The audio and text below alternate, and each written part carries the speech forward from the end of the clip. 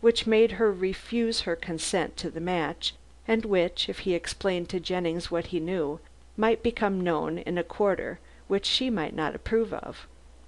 However, Mallow was certain that, in spite of Mrs. Octagon's hint, his uncle had nothing to do with the matter, and he had already warned her, although she refused to listen, that he intended to trace the assassin.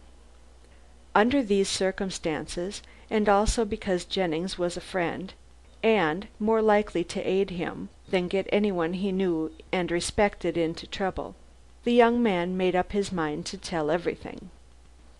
"The fact is, I am engaged to Juliet Saxon," he began hesitatingly. "I know that. She is the daughter of that absurd Mrs. Octagon, with the meek husband and the fine opinion of herself." "Yes, but Juliet is the niece of Miss Loach." "What?" Jennings sprang from his chair with a look of surprise. "Do you mean to tell me that Mrs. Octagon is Miss Loach's sister?" "I do. They quarreled many years ago and have not been friendly for years. Mrs. Octagon would never go and see her sister, but she did not forbid her children from being friendly. As you may guess, Mrs. Octagon is much distressed about the murder, but the strange thing is that she declares this death renders it impossible for me to marry her daughter." Jennings looked searchingly at his friend. "That is strange. Does she give a reason?" "No, but knowing my uncle knew her when she was a girl, I thought I would ask him what he thought. He told me that he had once been engaged to Miss Loach, and—" "Well, go on," said Miles, seeing Cuthbert hesitating. "There was another lady in the case." "There usually is," Jennings said dryly. "Well?" "The other lady's name is Saul, Emilia Saul." "Oh." Miles sat down again. He had remained standing for a few moments.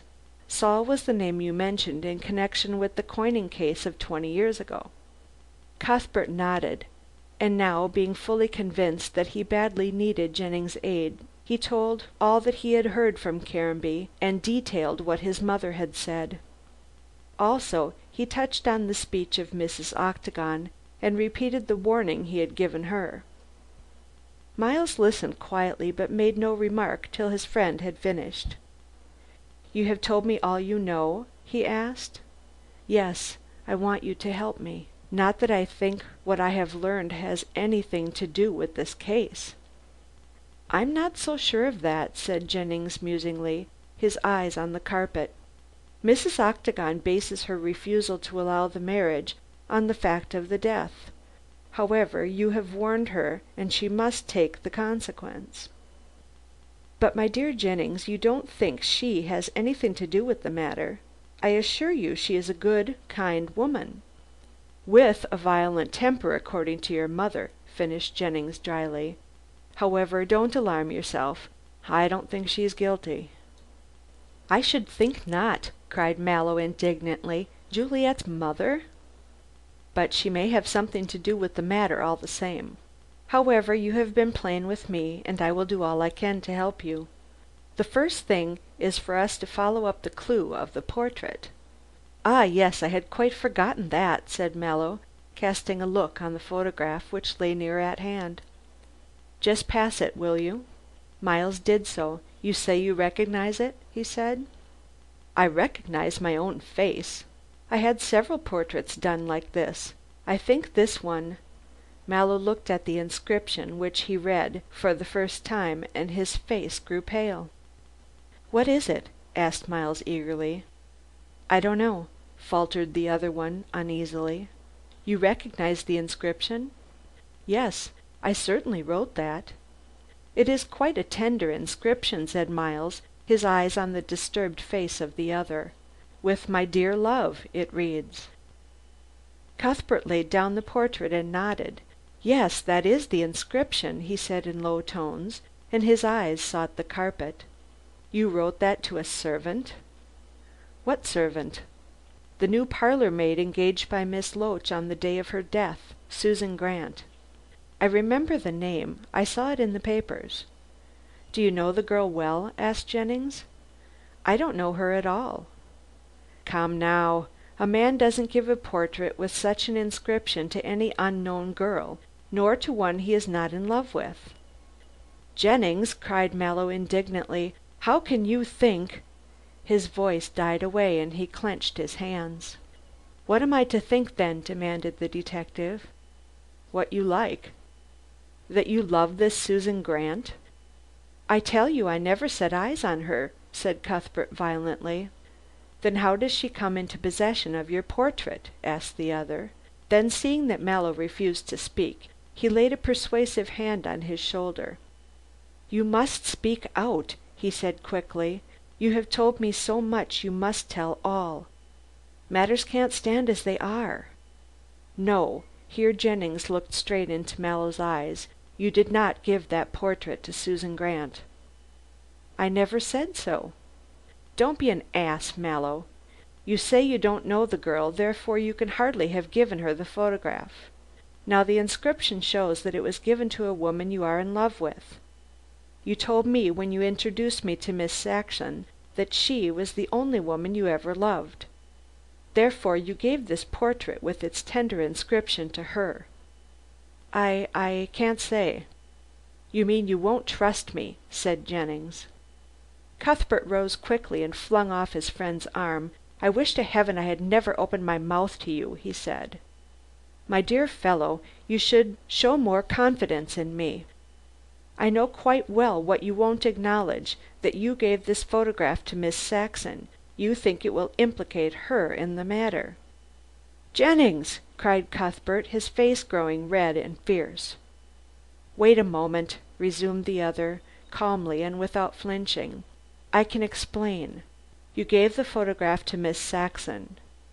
She gave it to Miss Loach, and Susan Grant, falling in love with your face, took possession of it. It was found in her trunk." "Yes, yes, that's it," cried Mallow, catching at the straw. "I did give the photograph to Juliet, and no doubt she gave it to her aunt. It would be easy for this girl to take it." "Though why she should steal it," said Cuthbert, perplexed, "I really can't say." "You don't know her?" asked Jennings. "No, really I don't. The name is quite unknown to me. What is the girl like in appearance?" Jennings described Susan to the best of his ability, but Cuthbert shook his head. "No, I never saw her. You say she had this photograph in her trunk?" Then on receiving an affirmative reply, "She may have found it lying about and have taken it, though why she should I can't say." "So you said before," said Jennings dryly, "but strange as it may appear, Mallow, this girl is in love with you." "How do you know that?" "Well, you see," said Miles slowly, "after the murder I searched the boxes of the servants in the house for the weapon." "But there was no danger of them being accused." "No, nor would I have searched the boxes if they had not insisted, but they were all so afraid of being accused that they wished to exonerate themselves as much as possible. The fact is that the whole four were in the kitchen together at the time of the crime being committed, and clears them. However, they insisted, so I looked into their boxes. I found the photograph in the box of the new housemaid.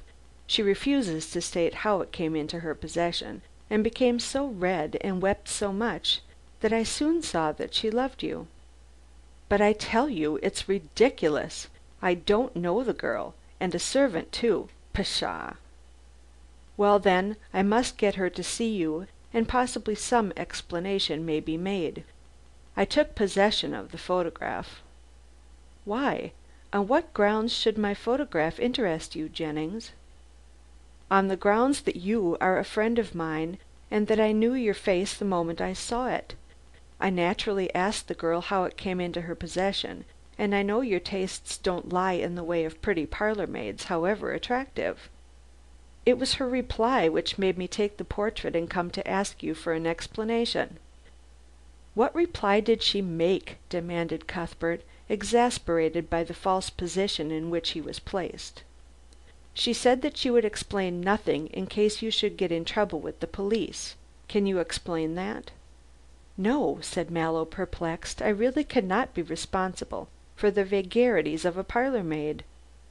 I don't know the name Susan.